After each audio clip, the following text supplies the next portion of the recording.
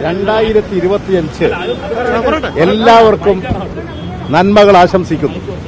ഐശ്വര്യപൂർണമായൊരു ജീവിതം എല്ലാവർക്കും ഉണ്ടാകട്ടെ. കേരളം 2025 വൻ പുരോഗതികൾ കൈവരിക്കാൻ സാധിക്കുന്നൊരു വർഷമായിരിക്കും. ഈ 2000 തുടക്കത്തിൽ MLA അറസ്റ്റ് ചെയ്ത് വീട് വളഞ്ഞ് അറസ്റ്റ് ചെയ്ത് അകത്താക്കി. ഞാൻ നിങ്ങളുടെ പത്രത്തിൽ ഇപ്പോൾ കണ്ടു, വായിച്ചു. അതിനപ്പുറം എനിക്കത് സംബന്ധിച്ച് അറിഞ്ഞു. ശരിയാണോ അങ്ങനെ MLA വീട് വളഞ്ഞൊക്കെ അറസ്റ്റ് ചെയ്ത്? അല്ലാതെ ഞാൻ ഇതിന്റെ ഒരു കാര്യവും എനിക്ക് അറിഞ്ഞുകൂടാ. ഞാൻ നിങ്ങളുടെ പത്രത്തിൽ വന്നിട്ടുള്ള വാർത്തയാണ് എനിക്കറിയുന്നത്. ബാക്കി കാര്യങ്ങൾ നിങ്ങൾ അന്വേഷിച്ചതിന് ശേഷം പറഞ്ഞു.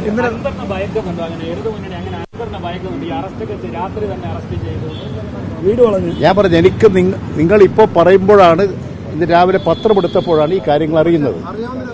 നിയമത്തിന്റെ വഴിക്ക്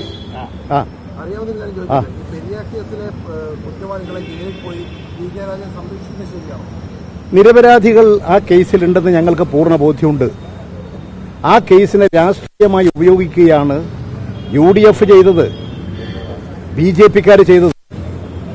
ഞാനതാ ചോദിക്കുന്നത്. അതുപോലെ എത്ര സംഭവങ്ങൾ ഉണ്ടായി.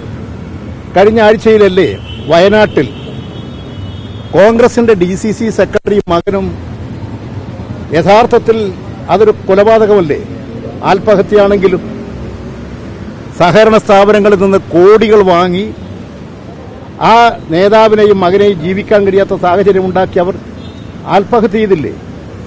ഇരട്ട കൊലപാതകമല്ലേ? എന്താരും പ്രതികരിക്കാത്തത്? എത്ര ഭീകരമായ സംഭവമാണ്. നിങ്ങളീ പറയുന്ന പെരിയക്കടുത്താണ് ചീമേനി.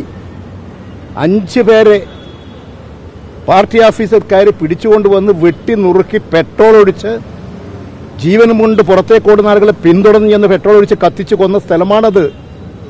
കോൺഗ്രസ് നടത്തിയിട്ടുള്ള ക്രൂരമായിട്ടുള്ള നടപടിയാണ്. ഈ ഭീകരത കേരളത്തിൽ സൃഷ്ടിച്ചതും കൊണ്ടു നടന്നതും കോൺഗ്രസാണ്. ഇവിടെ നടന്നിട്ടുള്ള സംഭവങ്ങളെ, ചില സംഭവങ്ങളെ താൽപര്യങ്ങൾക്ക് വേണ്ടി എടുത്തുപയോഗിക്കുന്നു. പാർട്ടി നേതാക്കന്മാരെ പ്രതികളാക്കി രാഷ്ട്രീയമായി തിരിച്ചുവിടാൻ നോക്കി. നിരപരാധികൾ കേസിൽപ്പെട്ടാൽ സ്വാഭാവികമായും ഞങ്ങൾക്ക് ബോധ്യമുണ്ട്. KV കുഞ്ഞിരാമൻ ex-MLA പോലെയുള്ള ഒരാൾ ബോധപൂർവം കേസിൽപ്പെടുത്തി, CBI ഉപയോഗിച്ച് കേസിൽപ്പെടുത്തി കുറ്റമാരോപിച്ച് പാർട്ടിയെ ആക്രമിക്കുമ്പോൾ ഞങ്ങൾ നിങ്ങളോടൊപ്പം ചേരണോ? നിങ്ങൾ പാർട്ടി ആക്രമിക്കുമ്പോൾ നിങ്ങളോടൊപ്പം ഞങ്ങളും ചേരണോ? നിങ്ങൾ ചെയ്യുന്നത് ഒരു വസ്തുതാപരമായിട്ടുള്ള കാര്യങ്ങളേ അല്ല. നിങ്ങൾ സത്യസന്ധമായി പ്രവർത്തിക്കുമ്പോൾ നിങ്ങളോടൊപ്പം ഞങ്ങളുണ്ടാകും.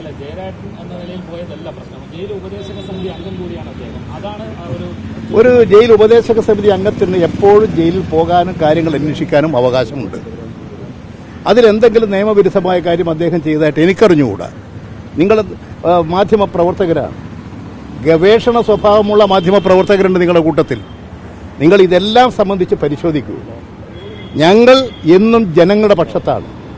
എല്ലാ മനുഷ്യരെയും രക്ഷിക്കാൻ വേണ്ടി അക്ഷീണം പ്രവർത്തിച്ചുകൊണ്ടിരിക്കുന്ന ആളുകളാണ് ഞങ്ങളൊക്കെ. എന്നെ കൊല്ലാൻ വന്നതല്ലേ ഈ കേരളത്തിൽ. വാടക കൊലയാളികളെ എടുത്ത് എന്നെ വെടിവെച്ച് കൊല്ലാൻ പുറപ്പെട്ട കേരളമല്ലേ ഇത്? കോൺഗ്രസ് അല്ലേ ക്രിമിനലുകളെ, RSS ക്രിമിനലുകൾ ഉപയോഗിച്ചത്? എത്രയെത്ര സംഭവങ്ങൾ. അതൊന്നും നമ്മൾ അങ്ങനെ പെട്ടെന്ന് മറന്നു പോകരുത്. ചീമേനിയിലെ നിഷ്ഠൂരമായ കൊലപാതകം. ഇന്നലെ റിജിത്തിന്റെ വിധി എനിക്ക് തോന്നുന്നു തിങ്കളാഴ്ച കൊണ്ട് വിധി വരുന്നുണ്ട്. എത്ര നിഷ്ഠൂരമായ കൊലപാതകമാണത്. അതുകൊണ്ട് ഞങ്ങൾ ഒരു കൊലപാതകത്തെയും പ്രോത്സാഹിപ്പിക്കാറില്ല.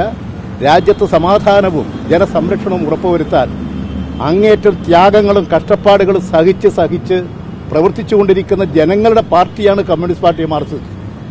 ആ പാർട്ടി എപ്പോഴും നീതിയുടെ പക്ഷത്തായിരിക്കും, ജനങ്ങളുടെ പക്ഷത്തായിരിക്കും.